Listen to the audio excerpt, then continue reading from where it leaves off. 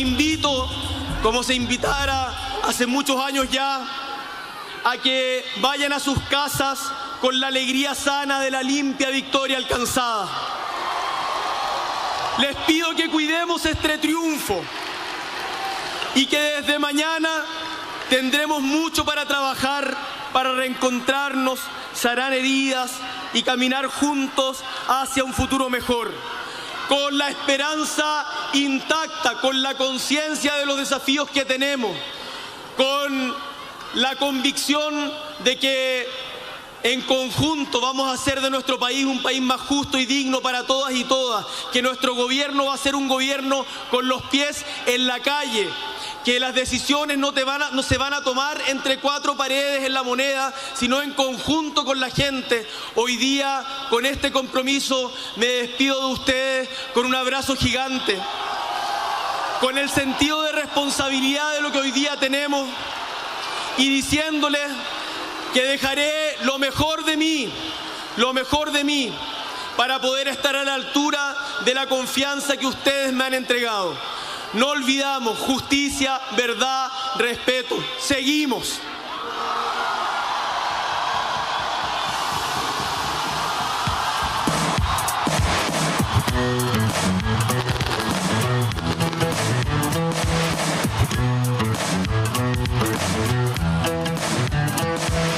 Somos las chilenas y chilenos de hoy, salimos a la calle exigiendo...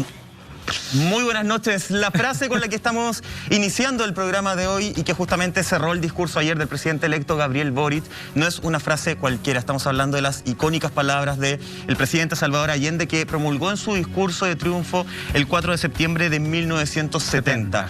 Ayer, Juan Andrés Alfate, la jornada estuvo marcada de guiños, de mensajes políticos, mensajes comunicacionales que queremos analizar en esta jornada junto a la tremenda periodista política Yasna Levín. Bienvenida, Yasna. Maestrísima. Muchas gracias por esa bienvenida, además de tremenda. Tremendos ustedes. No, tremendos todos. Y otro tremendo también, publicista de la Universidad, Diego Portales. Que lo dijo hace un año esto. Que lo dijo hace un año, que lo hablamos en varias instancias aquí en Así Somos, también cómo se dibujaba este mapa político. Cristian Leporati, bienvenido. ¿Cómo estás? Más estamos por acá, como siempre. Estamos en una buena jornada. Es tremendo, es gigante. Es una buena jornada. Para ir hablando, digamos que por lo menos en este canal el pan iba a ser más crujiente. El día de hoy parece que así ha sido. El café más caliente también. Más caliente, por supuesto, también. Pregunta de inmediato para iniciar esta conversación. Estamos frente a un nuevo presidente electo. Y que después de que quizás cuando la oposición le cargaba la mano de que se daba muchas volteretas, de que cambiaba sus discursos, que trataba yéndose al centro, digamos, en contraposición de sus primeros discursos, pareciera que el definitivo, el que vale de aquí en adelante, cómo va a ser él realmente, tiene que ver más con el Boric de la primera vuelta. ¿Volvemos entonces a su origen? ¿Estamos en las raíces primigenias, honestas y espontáneas de Gabriel Boric? Yo creo que no. No sé si es más parecido al de la segunda vuelta o es más él. Porque el Boric de primera vuelta tenía que tener mucho cuidado con la lealtad del Partido Comunista, que le dio una impronta muy particular, que venía con un esfuerzo por retener a ese electorado de la lista del pueblo. Ni aún con los símbolos, ni con parte del discurso emulando a Allende, por ejemplo. Es que eso es otra cosa. Allende es socialista. Boric yo creo que trata de hacerse de ese legado, y lo hizo durante la campaña varias veces. El legado allendista lo tomó muchas veces y es su nexo con el Partido Socialista. Entonces yo creo que... Aunque no sea parte del gobierno, el Partido Socialista. Aunque no sea parte del gobierno, pero él siempre reconoció que ahí hay una confluencia entre ideológica y cultural común, porque el Partido Socialista no es el Partido Comunista en Chile. Han compartido una izquierda, han sido coalición, salvo durante la concertación, que no es poco tiempo, hasta la nueva mayoría en que vuelve la alianza con el Partido Comunista, pero el Partido Socialista de Chile es más bien de clase media, no es el partido que nace del movimiento de los trabajadores como el Partido Comunista, es un partido con una fuerte raigambre cultural, intelectual, ideológica. Y en ese sentido, Boric y el Frente Amplio en general es como una reedición de aquello, me da a mí la impresión. Entonces, Boric es más él ahora, porque no es que yo no creo que vaya a apartarse del Partido Comunista, ni mucho menos. Creo que él tiene clara cuál es su coalición, pero ya no necesita retener esa presión o mantenerlo sin enojarse, porque además el Partido Comunista de segunda vuelta estaba bien enojado, estaba herido. Sí, sí. Además, Cristian, de alguna forma, este discurso que vamos a revisar en distintas etapas fue un discurso que dibujó un gobierno que por lo menos viene a buscar unidad, que viene a dialogar de alguna forma y no a atrincherarse en su rincón político. Eso quedó claro un poco como la visión, el mapeo de gobierno que quiere implantar Gabriel Boric. Es que Boric es hijo de su generación. O sea, tú analizás a Boric, y yo llevo años haciendo clases en la universidad y ya tengo hartos alumnos que egresaron y andan por la edad de Boric y más grandes que Boric, y son personas de un perfil distinto a los adultos, los otros adultos. Son mucho más pragmáticos, tienen una cierta base de valores que son intransables. Por ejemplo, el tema ambiental, el tema de la igualdad, la inclusión, son como cosas básicas para esta generación. En Chile, en gran parte del mundo, al menos occidental, están cortados por la misma tijera y son prácticos. Por lo tanto, cuando Jasna habla de Boric, es verdad, él es así nomás, es su personalidad, es su temperamento, su identidad, pero además es la identidad de una generación que es capaz de amoldarse perfectamente bien a los cambios que le va imponiendo la sociedad. Diferente a los partidos antiguos, tradicionales, que estaban alojados en ideología, que eran como intransables esa ideología, eran casi unas religiones fanáticas, yo diría, como una secta ya casi. Y en ese sentido, él es hijo del tiempo actual. Y por eso que es un presidente interesante, más que por lo que vaya a hacer. Yo creo que no va a poder hacer tantas cosas porque ya está recontrahablado por el Parlamento que tiene, pero va a ser mucho más relevante por las improntas que va a plantear en el futuro como liderazgo. Yo creo que el futuro de Boric va más bien por el liderazgo de una nueva forma de hacer política. Esencialmente sacar una tarea que no es muy difícil, pero tampoco es tan simple como la nueva constitución política. Claro. Yo creo que por el lado de él, la señal de él, y que la dio muy bien además en el discurso, antes de seguir en el discurso profundizando un poquito más, él hablaba, por ejemplo, de las 4 paredes. No tomar decisiones entre 4 paredes. Una de las cosas que nos soporta esta generación, como también las que vienen un poquito más atrás, es la falta de transparencia. Es verdad. O sea, todo lo que vaya a hacer el gobierno, cuando tenga que hacer arreglines en el Parlamento, Cámara Alta o Cámara Baja, o con los partidos que lo compongan, en el futuro yo creo que va a ser mucho más allá del Partido Comunista, va a estar el PS de todas maneras. Yo creo que ahí la gran clave va a ser cómo ellos dicen transparentemente los acuerdos que toman. Y ese es un sesgo mío de comunicador, lo tengo indudablemente, pero creo que el tiempo actual es el tiempo de la transparencia. Y eso lo dijo, y ustedes lo vieron recién ahí en el discurso de cierre, que la transparencia va a ser el fundamento, porque él intuye muy bien que por ahí va la cosa, porque esa es la ideología de su generación. Ser transparente, franco, y si hay que cambiar, cambiamos. ¿Qué tanto? Que si no tiene nada de malo. Lo que pasa es que un adulto de 60 años, 50 años, cambiar era difícil. Pero para esta generación cambiar nomás. El día de ayer va a quedar como un día histórico en varias cosas, ya varias han mencionado, ¿cierto? Él va a subir el poder con 36 años recién cumplidos, 36 años y un mes, el presidente más joven, pero también se cambia esta lógica de que el que gana la primera vuelta también gana en la segunda vuelta.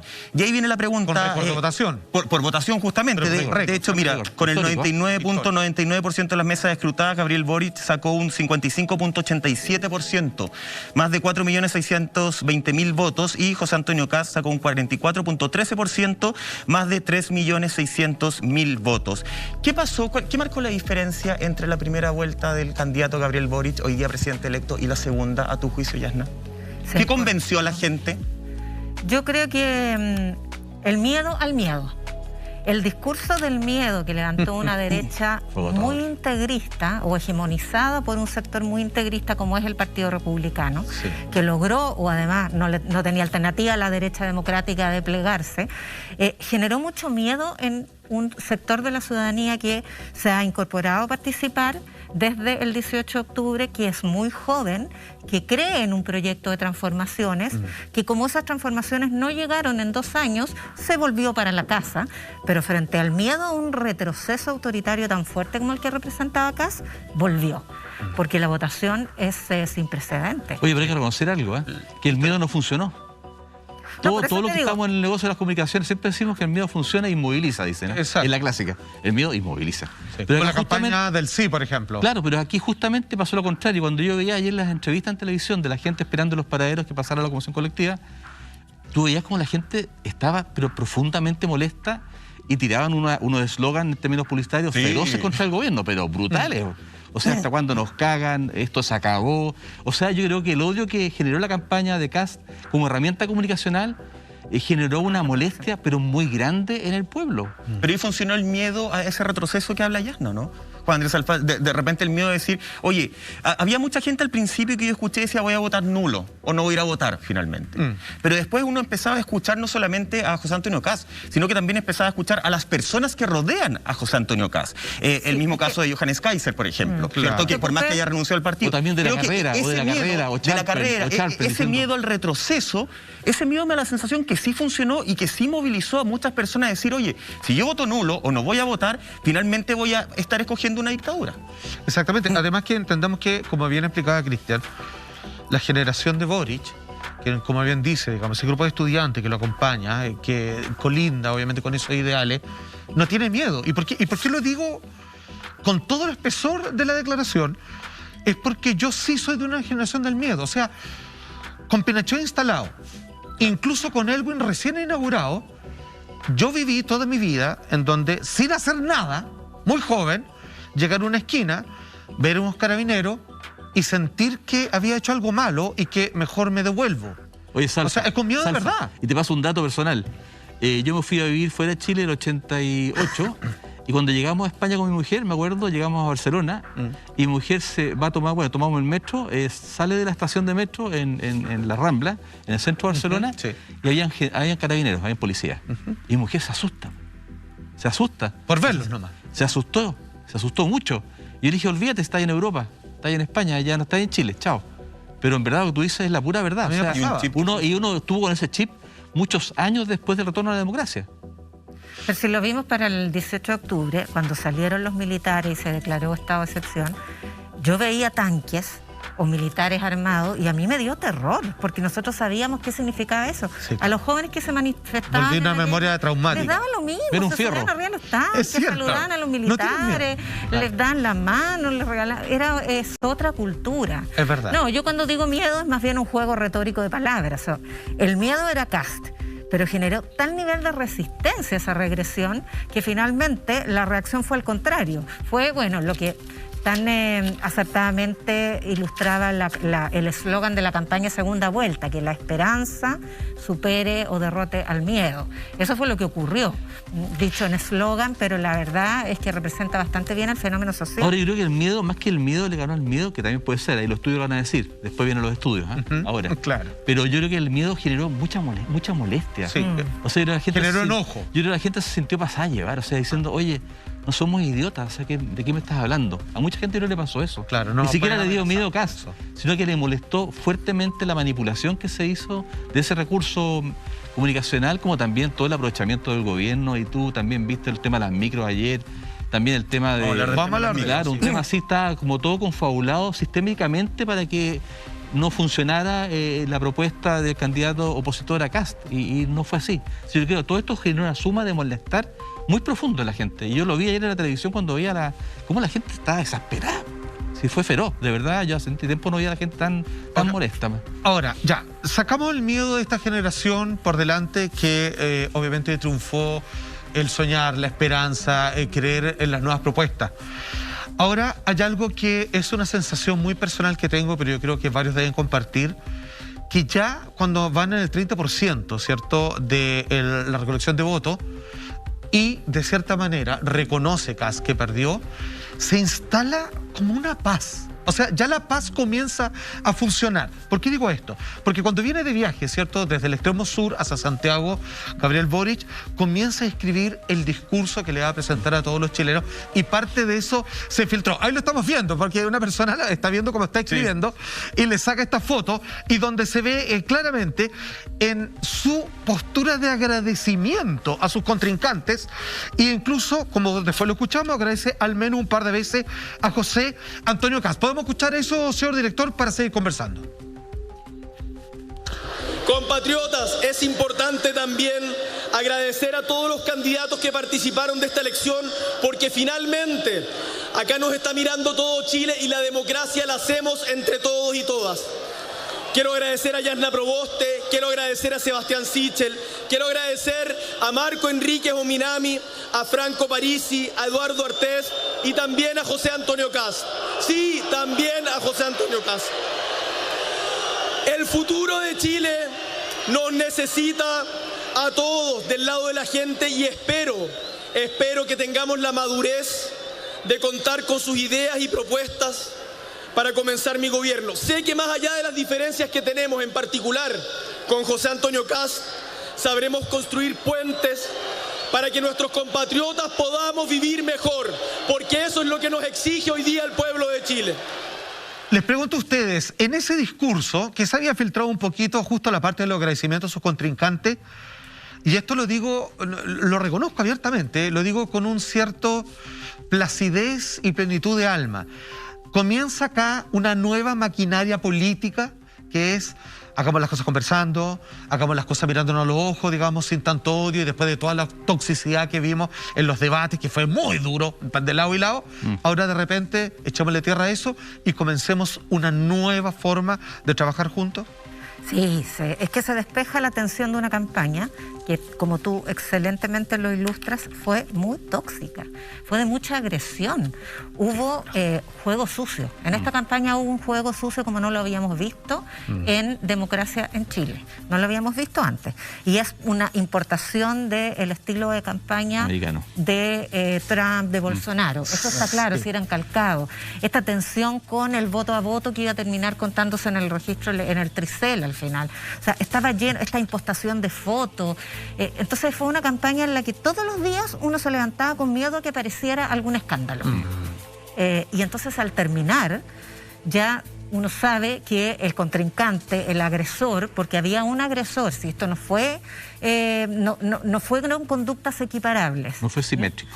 No fue simétrico, hubo un agresor, hubo una campaña gatillada desde la agresión y desde el miedo. Y esa campaña se transformó en, o sea, al momento de despejarse el resultado, se transformó en gente común y corriente como es la derecha chilena, que es una derecha en general democrática, tranquila, reposada. El mismo Kast, que es un hombre muy ultraderechista, pero él como político ha sido capaz de tener conversaciones muy relevantes durante el desarrollo, durante su ejercicio como diputado. El otro día alguien me recordaba que él votó a favor del Instituto de Derechos Humanos. Y él mismo se lo olvidó porque no podía reconocer. Porque ahora lo quería eliminar. Claro. O sea, no es ese agresor monstruoso que apareció durante la campaña, que no era él, sino que todo este aparato de descalificación e instalación de mentiras. Fue tan tenso que una vez que se termina eso, viene como un relajo. Absolutamente. Ya. No va a quedar ningún escándalo, esto está bien, la democracia se salva. Volvimos a respirar. La participación fue ejemplar. O sea, lo de ayer, de verdad, el gran triunfador es la democracia. Sin duda, más de 8 millones de votos. De hecho, la cifra va en 8.364.534 votos emitidos. Épico. De alguna forma, claro, eso pasa a ser histórico. Vemos a un Kast que va y felicita primero por teléfono a Gabriel Boric, ¿cierto? Después por las redes sociales. Sí. Cuando ya estaba más o menos el 30%, es 7 y tanto. Sí, después lo va al hotel, después y todo. Muy rápido, después lo va a visitar, conversan. ¿Eso es de buena onda? No, no es buena onda. ¿Querer decir, oye, soy buena ahora o hay una estrategia política? No, eso no es buena onda. No es buena onda, simplemente la lucha que viene ahora en la derecha chilena va a ser brutal. Porque tienen que, a ver, si también seamos sinceros, y también eso pasa para la izquierda. La izquierda y la derecha chilena tradicional fracasaron porque no fueron capaces de generar chimenea. Claro. O sea, se quedaron los viejos de siempre, trancaron en el barco por 30 años y los cabros se hicieron la vida por otro lado, como hacen los cabros hoy en día. Armaron su propia historia y chao. Y lo sacaron en 10 años del poder, así de simple. Por lo tanto, yo creo que lo que hace Kast, simplemente una movida política, es quiere ser el rostro él de la oposición a partir de marzo, eso es lo que está haciendo. Y por eso que toma ese tono afable. Yo no creo mucho en esa afabilidad de Kast. Yo era una persona tremendamente astuta, me atrevería a decir que creo que es más astuto que Lavín. Lavín a veces pecaba de ingenuo, yo creo que Kast no tiene mucha ingenuidad. Y creo que la pelea va por ese lado, o sea, quién se va a convertir en el rostro, en el vocero, en el líder de la oposición a partir de marzo. Yo creo que ahí va a estar la pelea. Y hoy por hoy, Kast no tiene oponentes en la derecha, hoy por hoy. La derecha también es bastante hábil en eso, en nombrar y en sacar rostros ahí del canasto, pero hasta ahora no lo tiene. O sea, hoy por hoy no hay más. O sea, lo que tiene la derecha es Kast.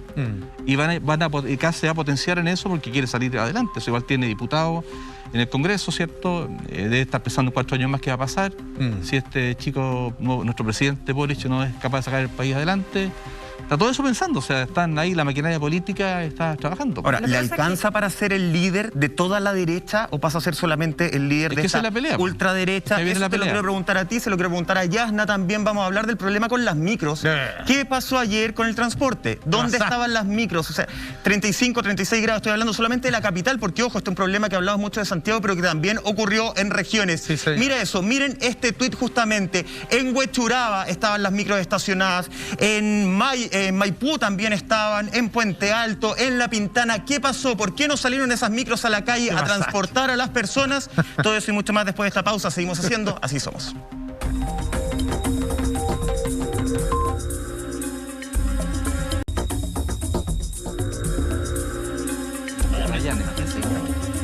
Me lo compré en el 91. Ya estamos de regreso en Así Somos en esta madrugada de día martes, analizando todo lo que pasó, lo que está sucediendo y lo que va a suceder en el ámbito político con el nuevo presidente electo Gabriel Boric. Antes de la pausa, Yasna, yo les preguntaba, ¿le alcanza a José Antonio Kast para ser el líder de toda la oposición, de toda la derecha o solo de la extrema derecha? No, se quedó completamente estrecho. Yo creo que Kast no tiene ninguna proyección como líder. Él efectivamente tuvo una excelente performance en primera vuelta, pero perder por casi 12 puntos es algo que te transforma en un loser. Pero como que le hizo bien todas estas campañas políticas, como que quedó dulcificado, como que apareció en el mapa. La imagen era más monstruosa. Se humanizó, dices tú. Se humanizó un poco. ¿Verdad? Sí, yo creo que dio 10 pasos hacia la humanidad. Yo creo que fue peor. No, yo creo que llegó peor y ahora es más una persona con sus pros y sus contras, digamos. Oye, Yana, igual un derrotado por 12 puntos no tiene ninguna proyección. Piensa en Guillermo. Pero sacó la misma cantidad de votos de Piñera en segunda vuelta, po. Igual. Además, perdona, te voy a responder en términos de publicista, nada con política. Es un producto, ¿ya? Y ahora es una marca. Antes era una marca que estaba por aquí, abajo. Pero una marca que creció mucho y va a estar por un tiempo largo, si es que se maneja bien esa marca, obviamente. Supongamos que se maneja bien, esa es la hipótesis. Esa marca va a estar un buen tiempo ahí a flote. Tiene una relevancia que no tenía antes. Se humanizó más, como decía Salfa, además. Agarra un rostro más humano, ya no es el fascista que uno tenía en la cabeza probablemente del 88, 89. Yo creo que de ahí hay una marca renovada y que hay que ver cómo se conduce esa marca también, cómo el país también va evolucionando en ciertos temas. Si esta marca puede crecer, ten cuidado igual, porque tiene un voto, una cantidad de votos grandes. Pero espérame, ustedes que son ahora, muchos son votos regalados, es verdad, o prestados. ¿En qué momento se humanizó? Porque a mí me parece, yo lo digo desde la... Es que no sé si se humanizó en los últimos 2 días, porque a mí me parece que un candidato... Es que era como un veterano. Sí, pero es que, a ver, Salfa, que... La familia, cuando muestra la familia, la primera vuelta. Hace un mes tuvo que venir Sebastián Sichel a ponerle 9 puntos, que eran básicamente puntos de respeto a los derechos humanos para decirle, cambia esto de tu programa y yo te apoyo. Cuando a un candidato le tienes que pedir que apoye, que cambie programas que está llevando en contra de los derechos humanos, me parece que es difícil humanizarlo. Por eso les pregunto, ¿en qué punto, en qué minuto se humanizó? Queda la pregunta, pero ¿les parece si revisamos justamente otro video de Gabriel Boric cuando se refiere? De José Antonio Kast, cuando reconoce su derrota. Ese, entonces, vamos al... Estamos hablando de la humanidad, a ver si es que se ona. A ver, Michael. A ver, vamos a eso. Con mucha atención veamos si se humanizó o no. Felicitar a Gabriel Boric. Él se merece todo nuestro respeto, ganó en muy buena lid. Muchos chilenos confiaron en él y esperamos que tenga un muy buen gobierno. Y en lo que nosotros podamos, con nuestras legítimas diferencias, queremos ser un aporte para la patria. Tenemos que entre todos volver a unir a los chilenos. Tenemos que entre todos volver a crecer. Tenemos que recuperar esa fe en nuestro extraordinario país. Chile es un país extraordinario y se merece lo mejor de cada uno de nosotros para seguir caminando. Y ese caminar hoy día es en conjunto. Hoy día hay grandes mayorías que se han manifestado y también grandes equilibrios que se han alcanzado. Ya ese es el discurso cuando él reconoce la derrota, claro. Me parece, y ahí te doy el punto y lo firmo, yo ahí veo una persona efectivamente que podría haber esperado un poco más, haber retrasado el reconocimiento, ya, me parece bien eso. Sí, eso lo hace caballero. Pero me parece que es que, pucha, yo soy un poco más Me parece que es el desde cuando hablamos de democracia. Cuando queremos defender la democracia, no sé si hay que aplaudir, Yasna, no sé si estoy de acuerdo, que venga y reconozca su derrota de esta forma. Es que no es solo eso, solo quiero recordar algo, que es el momento cuando él se acuerda de sus padres y él se le corta la voz, se le atraviesa una lágrima en la garganta y se ve honesto. Entonces veo a una persona vulnerable, que es más humano que alguien que se demuestra vulnerable en cierto momento. Ojo, estoy diciendo, como hace Cristian, el fenómeno de la marca. Llegó como un monstruo frío, calculador, con una elección en la mano, digamos, un látigo en la otra. Yo creo una persona, digamos, que es capaz de llorar y presentar a su familia. Yo digo que se humanizó más, aunque esa humanización para ti y para muchos no alcance, todavía está muy al debe, digamos. Yo creo que eso es lo que pasa. Claro, es que cuando viene, como dice Michael, tan de atrás, o sea, desde la ultratumba de los principios civilizatorios básicos. Y más abajo. Cualquier progreso es muy humano. Ahora, yo no creo que él como producto, utilizando el lenguaje de Cristian, haya sido una persona inhumana, agresiva. Él es más bien un hombre, digamos, conservador, que transmitía seguridad. Ahí estamos viendo, Yasna, perdón, la foto de la reunión justamente en el hotel. El todo va a estar bien es muy ilustrativo de un padre moderado, tranquilo, que sopesa, que es ponderado. Ese era más bien el personaje de Kast. No era un perverso agresivo. Lo que pasa es que hay ciertas personas que profesamos ciertos valores que sentimos esos antivalores como algo muy agresivo, pero su imagen, su humanidad, su estilo como político es muy ponderado, es una persona tranquila. Lo que más se le valoraba era eso, era la tranquilidad y la ponderación al momento de expresarse, con mucha calma, lentitud, casi exasperante. Pero yo creo una cosa respecto a la proyección de Kast, y en eso no comparto contigo, Cristian, porque él tiene muchos votos, pero todos son prestados. Él no ganó ni un solo voto más de los que tenía en primera vuelta, más la suma de los otros candidatos.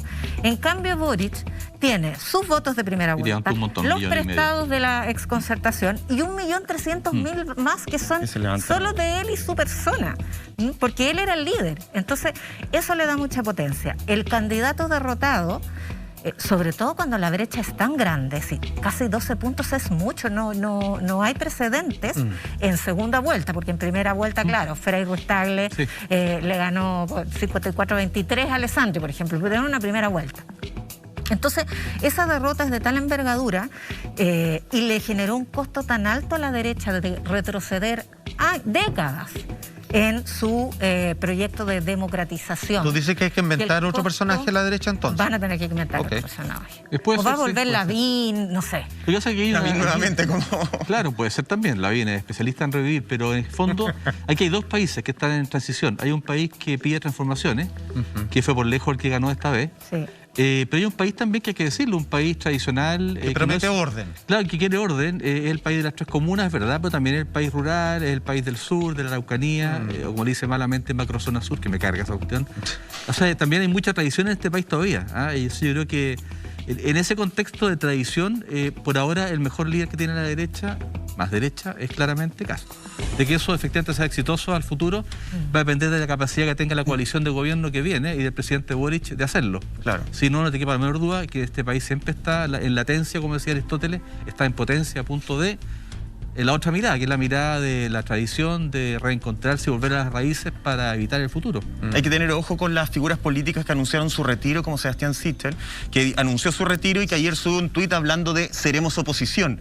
Se sumó nuevamente al mundo político. Y ahí tienes un rostro, a futuro. Que podría ser, por eso si lo manejan bien, de alguna forma. Podría ser. Buen punto. Oye, lo que pasó ayer fue, Juan Andrés Alfate, de alguna forma escandaloso, fue vergonzoso. Los paraderos de micro estaban llenas, no llenas de micros, llenas de personas que estaban esperando un transporte público para poder trasladarse, y vamos a ver algunas imágenes que captaron justamente los equipos de la red. Y es la alcaldesa de La Pintana, Claudia Pizarro, quien a través de un tuit empieza a denunciar esta situación que empiezan a reconocer varias personas. Salfa, si me ayuda leyendo el texto. Ningún problema. Claudio Pizarro, a través de su cuenta de Twitter, coloca: como dicen los abogados, a mayor abundamiento, imagen área de terminal de buses La Pintana. Que es lo que estamos viendo ahí, lo que se vio también, obviamente, en Puente Alto, lo que se vio en Huechuraba, en Maipú también estaban que es así. Una flota gigantesca de micros, buses, Transantiago, como quieras llamarle, completamente detenidos, sin ningún chofer detrás del manubrio y personas en paralelo en las calles esperando a lo que están acostumbrados, que cada 10 o 15 minutos pase el transporte que los va a llevar al centro de votación, y que sin embargo llegaban a pasar hasta 2 horas, y cuando pasaban o no se detenían, hubo muchos reclamos, como si venían vacías las micros y no se detenían. Yo hubo un caso de una persona que se puso al frente para que no pudiera avanzar, y ahí recién llenaron el medio de transporte, y ahí está el terminal, está completamente lleno, y en otros casos derechamente pasaban con la gente colgando y por lo tanto no podían subir. Oye, y no era invierno. No, era invierno, ya. Esto es impresentable. Algo. Ayer en Mega entrevistaron a un chofer a eso de las 13 horas, de nombre Jorge, que él iba terminando su turno y le pregunta al periodista, le dice, oye, ¿existió alguna preparación especial? Acá hay una frecuencia más importante que la de los días domingos, y él dice textual, estamos con frecuencia normal de fin de semana. Acá a nadie se le llamó turno extra, no se pidió refuerzo, estamos como si fuera un domingo cualquiera, justamente. A contraposición del gobierno, que anunciaba de que lo que tenían propuesto para ayer domingo 19 era la hora punta extendida, es decir, como una especie de super lunes, como una hora punta pero extendida durante todo el día, y que eso ellos decían que estaba funcionando perfectamente. No fue así. ¿Qué pasó ahí? ¿Hay mentira? ¿Hay de verdad una mala intención de parte del gobierno de además sacar las micros de las comunas que probablemente uno supone que iban a votar en masa por Gabriel Boric? Mentira es. O sea, está probado, estudiado, y no solo en Chile, tanto personas de manera solidaria y por indignación, no porque esto viniera a la moneda, sino porque esto era en contra de la democracia. Claro. Y porque además estaba humillando a la ciudadanía, exponiéndola a un sol que era muy dañino para la salud. Entonces, y por otro lado, cuando tú tienes una evidencia empírica tan abrumadora de que no hay micros, y pones a 3 ministros molestos además, interpelando a no mentir y asegurando que los buses están en la calle, entonces esa disonancia genera mucha indignación y es burda, es absurda. Mira, yo conozco bien a la Gloria Huta, con ella fui 4 años panelista en un programa de radio, la conozco muy bien, y una persona muy técnica. Yo diría que ella de político tiene poco, desde Bópoli ella es muy técnica, y creo que efectivamente yo no pensaría mal de ella. Sí creo que cometieron un error garrafal en la planificación del como tú señalas muy bien, Yasna. O sea, claramente las comunas que no tienen autos son muy claritas en Chile, no solamente Santiago. Y eso no se planificó bien, así de simple, nada más. Fue un error, yo creo, técnico, que lamentablemente un gobierno que tiene que dar garantías de que una elección se va a dar en todo su contexto bien, justamente sembrar eso, sembrar la duda de esta forma, es pésimo, causó malo, muy deficiente. Yo te voy a decir 2 cosas. Primero, si esta elección hubiera sido reñida realmente, por una escasa diferencia... Te queman todos los paraderos. ¿Te imaginas lo que significa esto era el desde incendio. el punto de vista de la estabilidad democrática? La duda que instala, si finalmente el tema sale de la agenda porque el resultado fue demasiado nítido. Sí, hay un culpable, claro. Mira, ayer comentábamos que justamente los depósitos de buses se queman. En Puente Alto se queman, seguro. Lo más probable, claro. Ahora, perdón, así de grave. No es un hecho empírico, o quizás estoy comparando 2 datos que son... que no tienen nada que ver, pero cuando, a propósito que empieza a encumbrarse este tema, y aparece un mapa con los puntitos, en donde se ven claramente qué avenidas se están mostrando, y sale una hilera de buses. Entonces dice, ahí están. Y van a un contacto en vivo de la gente que está en terreno, que está en la calle, y dicen que los buses no están. O sea, hay un punto en tu pantalla, sin embargo, yo que estoy parado en el lugar que ese GPS está indicando, no hay nada. A ver, no quiero decir que alguien está mintiendo a propósito y que está apretando botones y está colocando puntos donde en la realidad no existen, pero ahí hay una falla en la aplicación. Que lo que pasa es que para mí eso es tan gravitante que ahí como que se acaba. Mira, por favor, está lleno de buses, pero en la práctica no es así, no cabe nada. Los distintos colores tienen que ver con los distintos recorridos.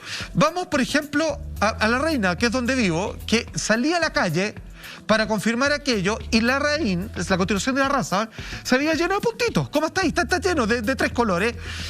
Y no había nada, no había nada. En mi comuna, 10 cuadras a la redonda donde yo vivo, hay 5 lugares de votación, y micro no había ninguna, pero por mucho rato.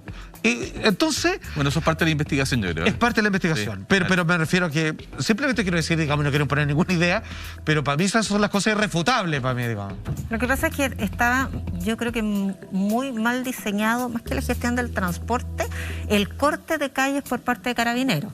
Y eso me parece más grave, porque había probablemente buses circulando, no la cantidad que dice el gobierno, pero había, pero circulaban sin circular, estaban prácticamente detenidos por el nivel de congestión. Claro, y los desvíos estaban mal hechos, porque entonces había largos tramos de una misma avenida en que la micro no pasó nunca. No es que pasara una vez en el día, sino que no pasó, porque el desvío estaba mal hecho. Pero todo eso es planificación, ¿no?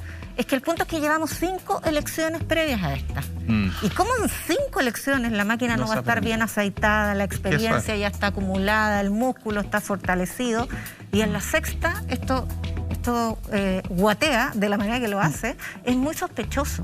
Yo, en todo caso, oye, ahora hay que decirlo, es la misma ministra de los 30 pesos. Claro. De veras. Claro. Gracias por recordar. A veces no se aprende, a veces no se quiere aprender justamente del pasado. El presidente electo Gabriel Boric también se refirió a este tema en su discurso del triunfo. Pasemos a ver lo que dijo. A las personas que quisieron asistir a votar y no pudieron hacerlo por la falta de transporte público.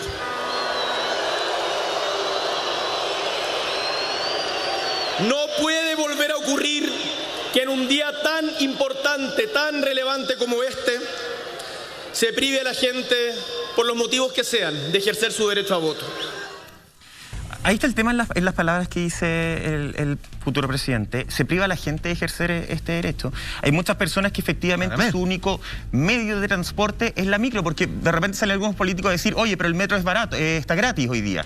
Claro, estaba gratis, pero el metro no llega a toda la capital. Estamos hablando además de una realidad que nos estamos centrando en la capital, en Santiago. Pero esto en regiones también sucedió. En Valparaíso también había un tema con la locomoción. Gente le cerraron la puerta porque llegó tarde, porque dice, yo hace 2 horas recién tomé la micro. Salvate, 2 horas esperando. Y gente, te estoy diciendo, adultos mayores, con pleno sol. Ayer de verdad que había que tener una actitud democrática bien potente y hartas ganas de cambiar este país para aguantar esas 2 horas a pleno sol, con que la micro a veces decían, porque también la ministra de Transporte decía, entren a la aplicación para ver cuándo llega la micro, así no tienen que esperar tanto en el paradero. Tú tratabas de ingresar a la aplicación estaba caída. Oye, no estaba funcionando. Y la aplicación tampoco te dice si la micro llega llena o no. Entonces, son puras soluciones. O si va a parar. En la práctica no servían de nada. Al final, nuestras élites universitarias siguen siendo élites universitarias y siguen mirando Chile desde lo lejos. Si al final del día eso es. O sea, es una falta de respeto para las comunas del sector poniente de Santiago y para todas las comunas del sector poniente de Chile, metafóricamente hablando, una falta de respeto de la autoridad, el desconocimiento que tienen de lo cotidiano del día a día de todas estas familias. Acuérdense nomás el año pasado cuando el ministro de Salud no sabía lo que pasaba en Puente Alto. O sea, todos se sorprendieron. O cuando fue la quema del metro, la gente que no podía llegar a ninguna lado. Entonces, todo esto que estamos viendo te demuestra el desconocimiento de Gloria Hood, que Gloria Hood, simbólicamente hablando, en verdad, es una élite que también está a la izquierda. Claro, que también están a la izquierda y son personas que en verdad viven en otro país. O sea, no cacha lo que pasa con la gente en verdad. Es una falta de respeto a la gente de tercera edad. O sea, con el calor que hacía ayer, las señoras que venían de votar o que iban a votar, eso es una inmoralidad. Eso es inmoralidad. Eso es lo que se está dejando atrás un poco, ¿no? Esa es la idea. Es que esa es la idea. Y todas esas cosas fueron empujando a la gente a votar. Después sería bueno ver en el futuro cómo fue la estadística de los tiempos de voto en el día. ¿Qué tanto afectó esta situación, por ejemplo, o impulsó el voto en horas posteriores ya de las 3 de la tarde, por ejemplo? ¿Puede haber funcionado, Yasna, como una especie de rabia a las personas que a lo mejor estaban indecisas? Gatilló. Y decir, ¿sabéis qué? No, yo ahora voy y me esfuerzo más y voy a votar por Gabriel Boric. Ahora sí que va. Porque le están haciendo un boicot. La mayor brecha del triunfo se produjo en Santiago, o sea, en la región metropolitana, y en Valparaíso, en las grandes ciudades. Las grandes afecta además por transporte. Los mismos problemas. Pero yo creo que no. Cuando hay en los grandes números, este tipo de situaciones son sumas de pequeños segmentos, pero el fenómeno general no es ese. Le dio una épica, le dio una épica al día impresionante.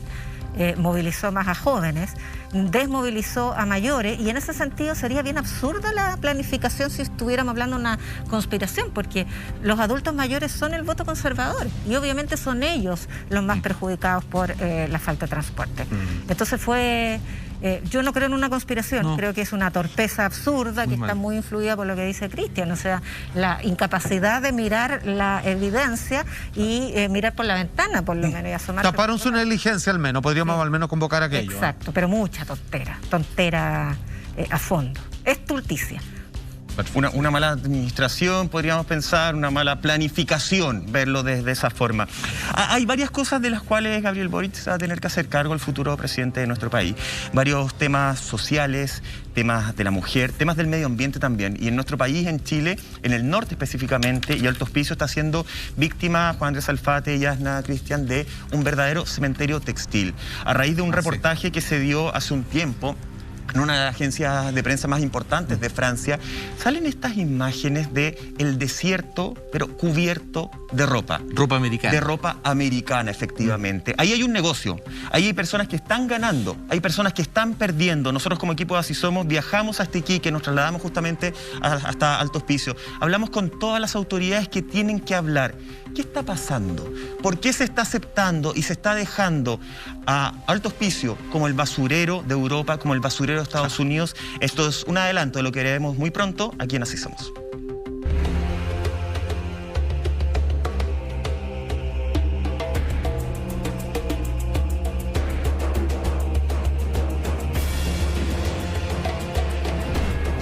Nos trasladamos hasta el desierto de Atacama para conocer lo que hoy en día es el mayor vertedero de ropa a nivel mundial. Somos seres humanos, señor alcalde, somos seres humanos.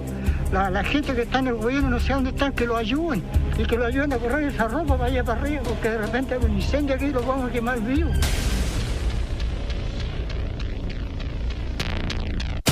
Alrededor de 59.000 toneladas de ropa usada llegan al puerto de Iquique cada año. O sea, yo creo que hay un tema que va más allá de la voluntad política, que ha sido la responsabilidad carente que ha tenido este tipo de institución y sobre todo la autoridad correspondiente en poder cumplir sus propias promesas.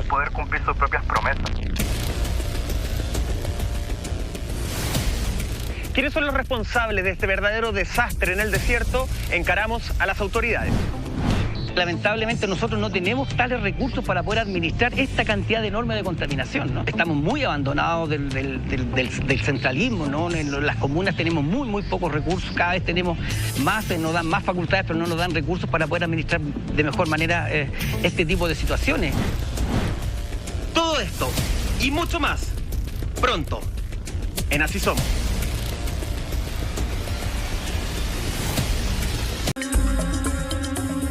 Ya estamos de regreso y en este lunes tan especial, ya con nuevo presidente electo, junto a Yasna Levin y Cristian Leporati, estamos analizando un poco cómo han sido las circunstancias que han rodeado estos primeros minutos luego de que Gabriel Boric fue elegido en masa, sí, pero una contundente respuesta del pueblo, como el próximo presidente de la República de Chile. Hay algo que ocurrió ayer y que es muy interesante analizar, que tiene que ver con el asunto de las promesas de campaña y lo que la gente ahora va a comenzar a pedirle. Pareciera que la paz ya fue lo primero que bien se instaló, de para arriba, pero ¿qué pasa con lo siguiente? Cuando en medio de su discurso la gente comienza como si estuviera con su banda de rock favorita a pedirle canciones. Habla de esto, habla de la AFP, de la familia, los problemas en el norte y todo lo demás. Podemos revisar parte de esos discursos, cómo la gente solicitaba que hiciera referencia a temas específicos y a ver qué va a hacer Gabriel Boric en el próximo futuro, luego de que en marzo asuma la presidencia de nuestro país. Atención.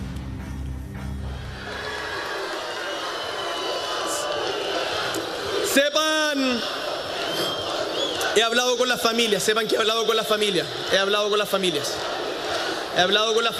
y tenemos muy claro lo que tenemos que hacer. Ustedes saben que el gobierno que se viene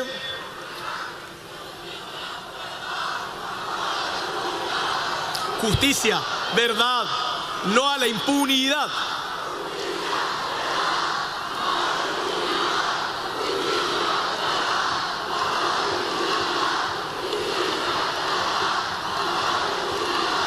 Nunca más impunidad en nuestro Chile.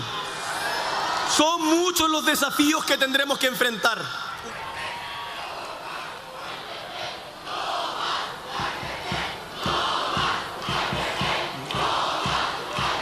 Lo hemos dicho en nuestra campaña, lo sabemos. Las AFP en Chile, que hoy día ganan cifras absurdas a costa del trabajo de los chilenos y chilenas, son parte del problema. Y vamos a defender un sistema público, autónomo, sin fines de lucro y sin AFP. Ya, a ver, él está en su discurso y la gente empieza a decir, háblanos de esto. Los 3 temas que revisamos en este compilado fue libertad a los presos de la revuelta, el estallido social en adelante. Él dice que habló con la familia y cambia el tema. Luego justicia, nunca más impunidad en Chile. Finalmente, no más AFP. Y Gabriel Boric dice, por supuesto, esto es parte de mi plan de gobierno, así que no se preocupen. Los plazos. Él va a hacer todo esto, se va a hacer cargo. ¿Cómo lo tiene que hacer? ¿Cómo deberá hacerlo? ¿Tiene que entrar despacito para no molestar a nadie y lograr mantener el diálogo? ¿O tiene que irse, como en buen chileno, de golpe y raja con cada uno de estos temas desde marzo en adelante? A ver, son 2 cosas distintas. Uno, los temas que incorporan el discurso a solicitud de la audiencia, como tú bien dices, son derechos humanos y AFP, porque son 2 ámbitos en los que él tuvo que moderar demasiado e incluso un poco esconder debajo de la alfombra las propuestas auténticas, originales. Recordemos la ley de indulto, que fue un verdadero emblema de la campaña de Kast, que demostraba cómo el candidato estaba comprometido con los delincuentes. Terrorismo, la Araucanía, todas esas cosas. Entonces, eso, claro, estratégicamente se le bajó, no que se cambió el programa, porque el programa no se eliminó aquello, pero se le bajó la intensidad y la prioridad. Y lo de las AFP, recuerden que en el foro, cuando le preguntan, ¿hay intransables?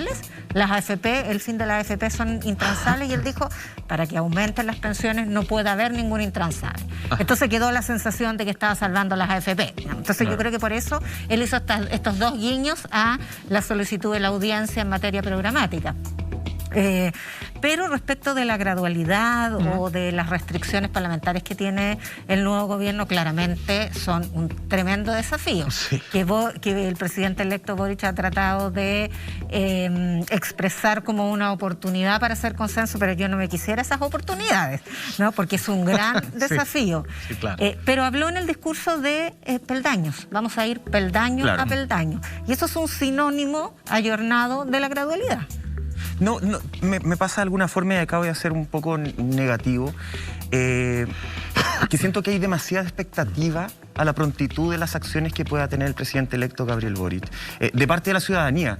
Como que esperamos casi que él se pare y a dedo empieza a cambiar las cosas, y como que nos olvidamos que si bien él gana con una mayoría absoluta, ¿cierto?, tremenda, con una participación histórica, todo dedito para arriba, todo muy bien, pero nos olvidamos de las elecciones anteriores, Cristian, nos olvidamos de cómo es la composición justamente del Senado, cómo va a ser la Cámara de Diputados. O sea, a Gabriel Boric no se le viene un escenario simple. No se le probablemente su plan de gobierno hoy en día es inviable dentro del escenario político que se está viviendo, donde va a tener que transar hartas cosas.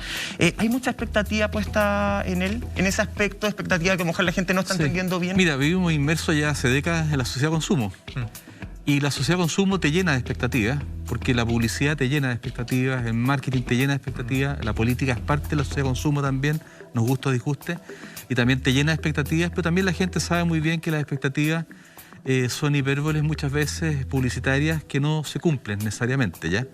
¿Lo entiende la gente así? Sí, la gente lo entiende así. Yo creo que hay que separar las cosas. Cuando uno ve ayer el buen discurso de Boric y todo lo que hay ahí, simplemente te habla de una persona que es el presidente Boric que tiene unas habilidades increíbles en términos de oratoria y como discursea muy bien y se dialoga muy bien con la gente.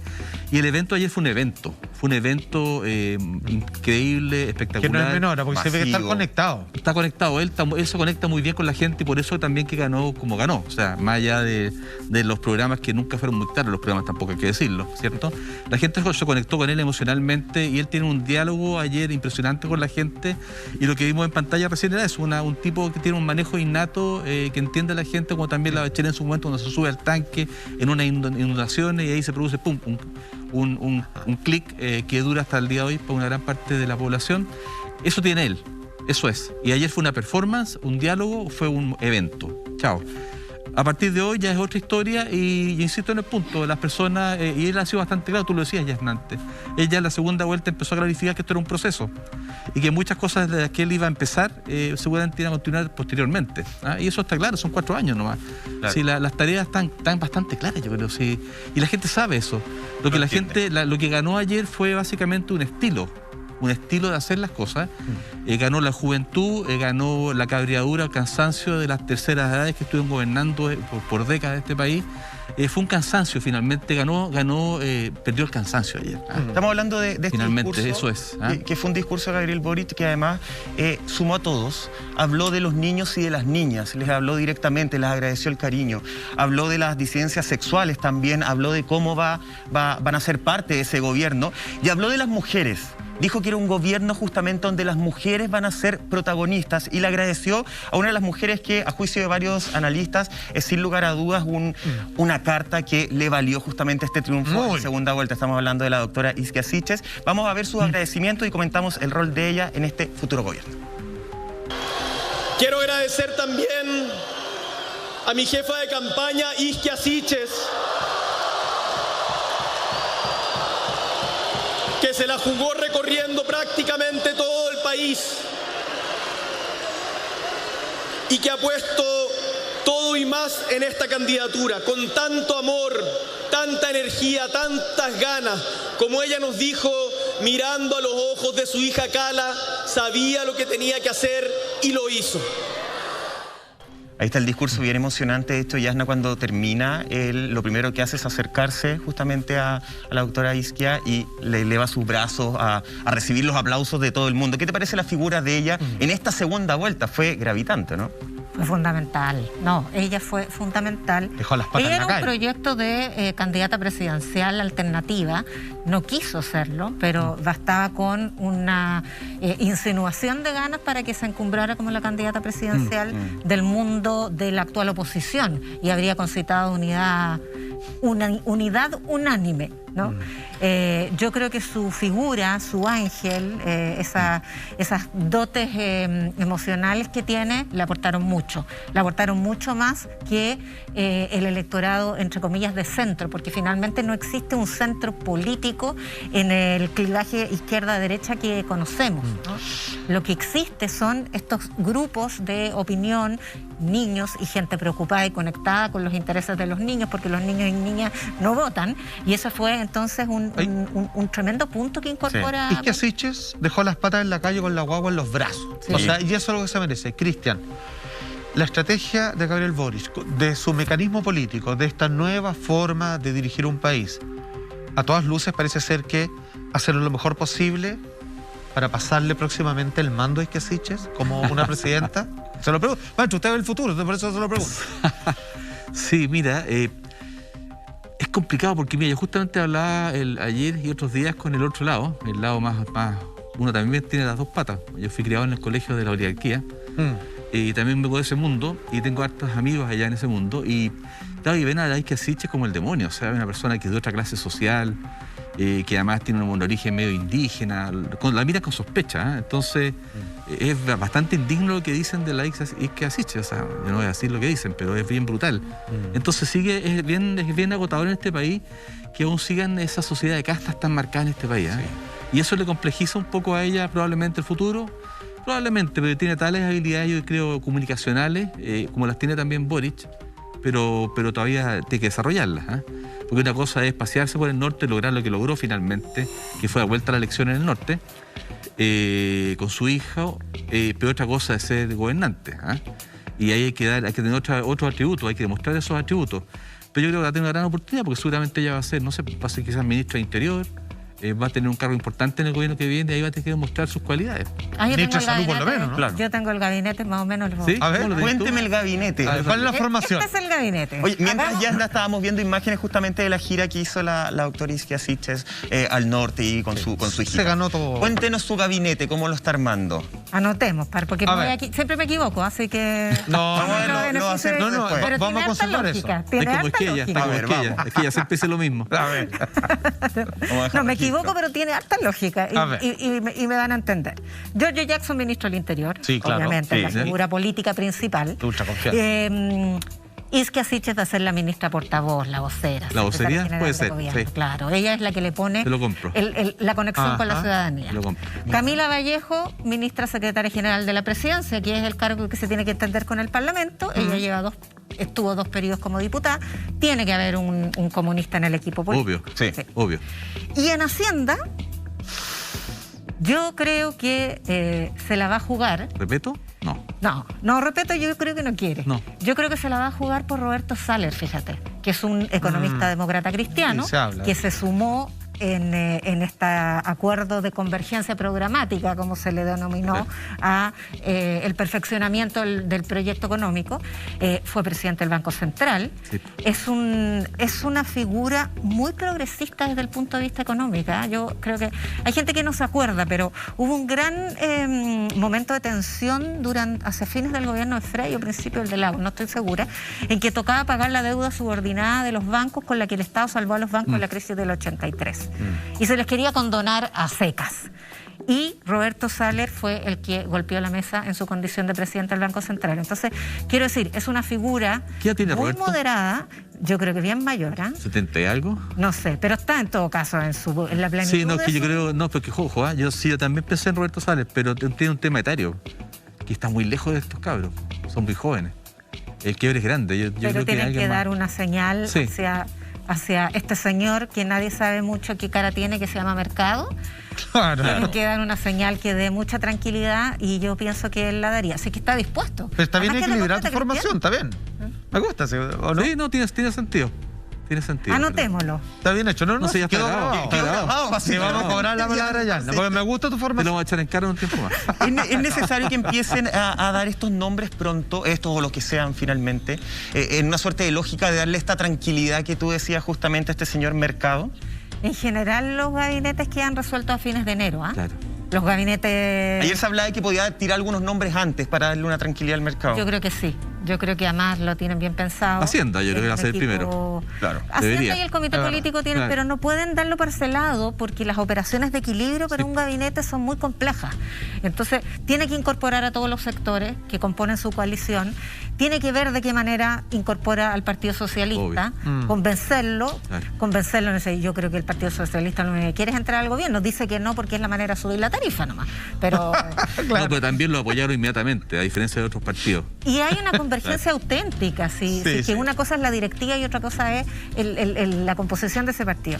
Yasna querida, te tengo que interrumpir, vamos a seguir hablando de eso, vamos a seguir hablando de la imagen de Isquia Siches también y de la presidenta Michelle Bachelet. Hay que decirlo, hay que ver, ¿sumó votos efectivamente? ¿Fue tan importante como se comentaba? ¿O en realidad, recordemos que su último gobierno no fue el mejor evaluado, no era tan positiva la imagen, equilibró la balanza para un lado o para otro? Lo comentamos después de esta pequeña pausa en Así Somos.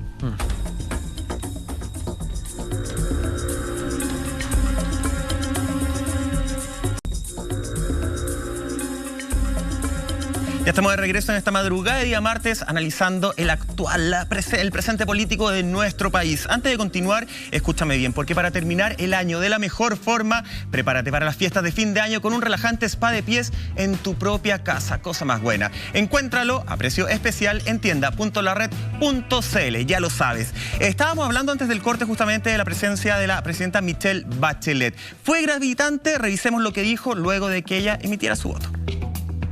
Yo tengo mi opinión, hoy día no se habla de qué candidato, no es verdad, no se habla de eso.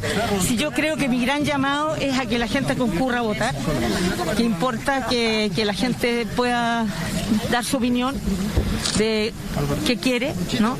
Y que eso signifique también para el candidato que sea electo, que tenga claro qué es lo que los chilenos quieren para él. ¿Qué le diría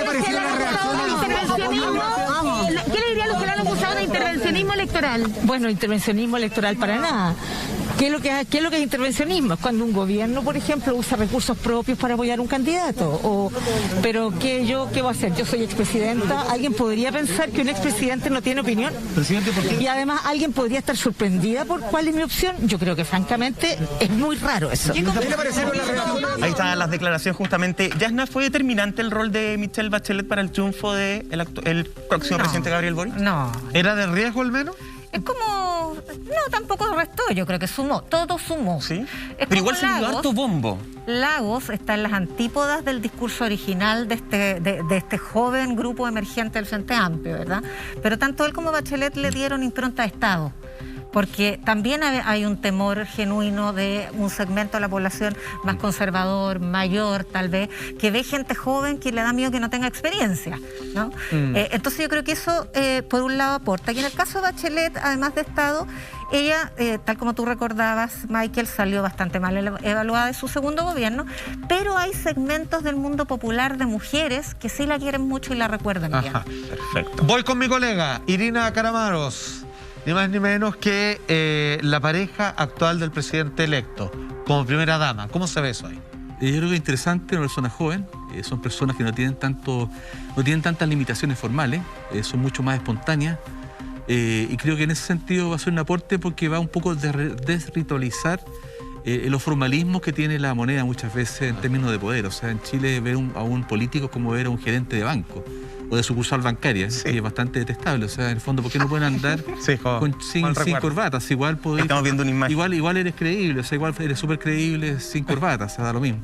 Yo creo que de alguna forma esta juventud que va a haber en la moneda le va a dar un toque, va a acercar más la moneda a la gente finalmente. Sí, va a ser mucho más igualitaria, va a ser más dialogante, ya lo dijo el presidente Boric. Yo creo que va a traer cambios importantes en la forma de hacer la política chilena y va a acelerar, sin lugar a dudas, el recambio generacional, tanto en la izquierda como en la derecha. Y desde ya lo agradecemos. Sí, dijeron que iban a redibujar el rol de primera dama. Así es. Diana Levin, muchas gracias por acompañarnos nuevamente en Así Somos. Tremendo aporte. Cristian Leporati, como siempre, agradecidos. Y también con toda la gente que nos empezó a sintonizar en esta semana. Atención, muy pronto se viene el reportaje de Así Somos, de este verdadero cementerio textil en Alto Hospicio. Los dejamos con este adelanto y nosotros nos reencontramos mañana pasada la media. Sin falta, querido. Chao, chao.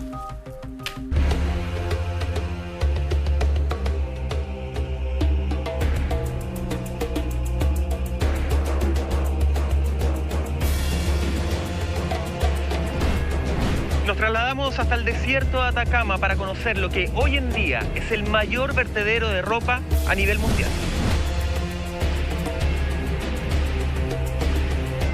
Somos seres humanos, señor alcalde, somos seres humanos.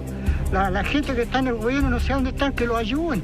Y que lo ayuden a correr esa ropa para allá para arriba, porque de repente hay un incendio aquí y lo vamos a quemar vivo.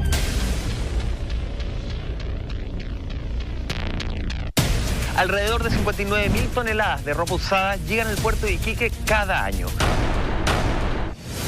O sea, yo creo que hay un tema que va más allá de la voluntad política, que ha sido la responsabilidad carente que ha tenido este tipo de institución y sobre todo la autoridad correspondiente en poder cumplir sus propias promesas.